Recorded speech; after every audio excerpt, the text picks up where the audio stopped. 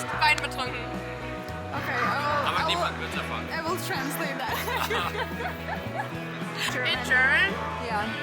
Liebe Grüße aus Deutschland. Grüße gehen raus.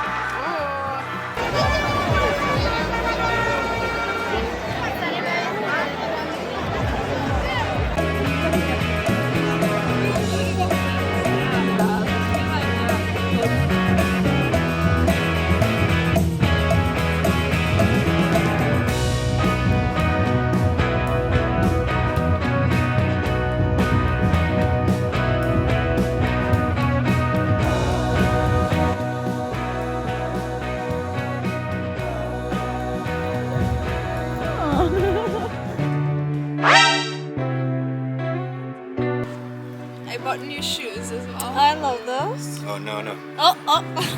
Good to drink. Fuck.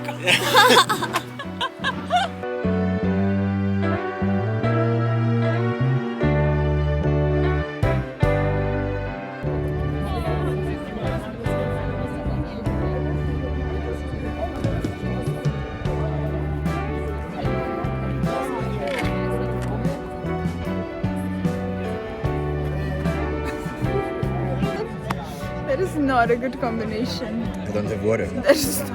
I had water. I had a whole bottle of water. Wine is much better. Hey everyone, this is Ugne and Guy's vlog.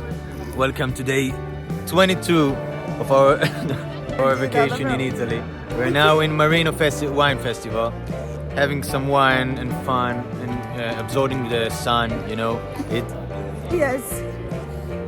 What? You're not a good blogger. You're supposed to be a good blogger. I'm trying to be the YouTuber here. I can't even get a sentence out. Just ate my first gelato in Italy. Never took it. Such a lie. That's such a lie. What's your favorite flavor? Yogurt. Oh my god. Favorite? That is, Italians will like sue you. no, that is embarrassing. Okay, loves avocados.